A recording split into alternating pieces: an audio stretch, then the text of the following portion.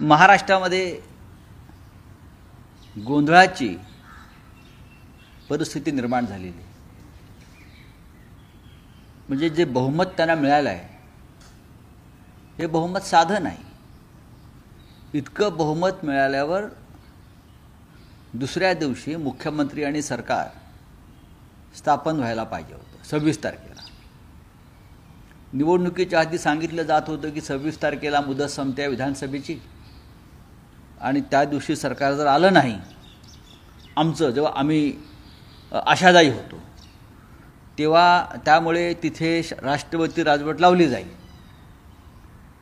आता 26 तारीख उलटून गेली, विधानसभेची जी मुदत आहे ती संपली, 3 पक्षाच्या आघाडीला युतीला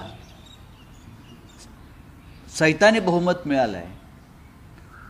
त्यामध्ये भारतीय जनता पक्षाला साधारण 140 जागा आहेत असं मी मानतो, त्यांचे इतर सगळे मित्र पक्ष वगैरे पकडून।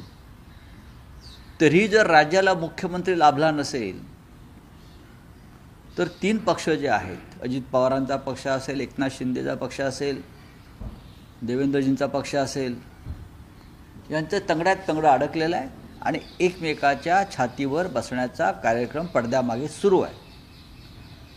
मग बहुमत लोकांनी तुम्हाला कशा करता दिलं बरं? हे दिल्लीचे जे शूरवीर आहेत सगळे आमचे भारतीय जनता पक्षाचं नेतृत्व, ते डोळे वटारले की सगळे गप्प बसतात असा आतापर्यंत अनुभव होता। पण त्यांनी जे बंडखोर निर्माण केले, त्यांनी जी भूत निर्माण केली महाराष्ट्रामध्ये, ती त्यांच्या वटारलेल्या डोळ्यांना घाबरत नाही असं दिसतंय आणि आव्हानाची भाषा देऊन ते मोदी आणि शहांनाच आव्हान देत आहेत असं चित्र आज तरी दिसतंय। आता हे सरकार कधी येईल, महाराष्ट्रात त्यांचं राज्य कधी येईल, मुख्यमंत्री कधी होईल, याच्याविषयी अजूनही राज्यामध्ये संभ्रम आहे। आम्ही अपेक्षा करतो की महाराष्ट्राला लवकर एक सरकार मिळेल, मुख्यमंत्री मिळेल आणि कारभार सुरू होईल। एक चर्चा होती की एकनाथ शिंदेंना भाजपकडून लोकसभेनंतर शब्द दिला गेला होता की तुमच्या कितीही जागा आल्या तरी मुख्यमंत्री पद तुम्हाला दिलं बघा, भारतीय जनता पक्षाचा शब्द जो असतो तो शब्द गांभीर्याने घ्यायचा नसतो। भारतीय जनता पक्षाची भूमिका ही गरज सर्व वैद्य मरो, वापरा आणि फेका, यूज अँड थ्रो। त्याच्यामुळे त्यांनी दिलेल्या शब्दांनंतर आणि शब्द फिरवल्यानंतर महाराष्ट्राचं राजकारण कसं बदललं हे आपण पाहिलं असेल।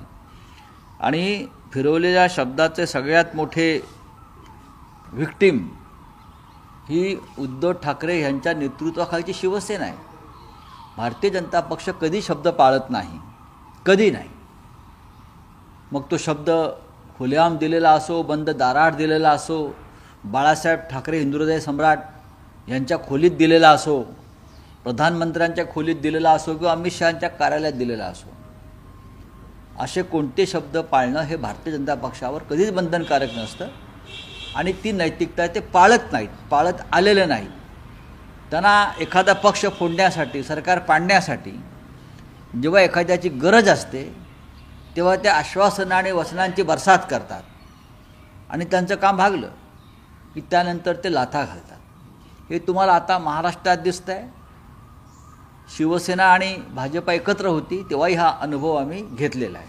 सर, मुख्यमंत्री देवेंद्र फडणवीसच होतील की पक्षाच्या वरिष्ठ नेत्यांकडून वेगळ्या नव्हती? कारण भाजपला इतकं मोठं यश मिळालं तर मुख्यमंत्री भाजपचाच होईल असं भारतीय जनता पक्षाला इतकं मोठं यश मिळालेलं आहे, याला पाशवी म्हणतो मी। हे पाशवी यश जे असतं बहुमत, हे देशाला आणि राज्याला हानिकारक असतं। हुकुमशाही मनमानी वाढत जाते, लोकशाहीचा पदोपदी खून होतो, भ्रष्टाचार वाढतो, अडाणीसारखी भूत निर्माण होतात। त्याच्यामुळे आता भारतीय जनता पक्षाने कोणाला मुख्यमंत्री करायचं आहे हा त्यांच्याकडे बहुमत असल्यामुळे हा त्यांचा प्रश्न आहे। पण महाराष्ट्राला सरकार प्राप्त व्हावं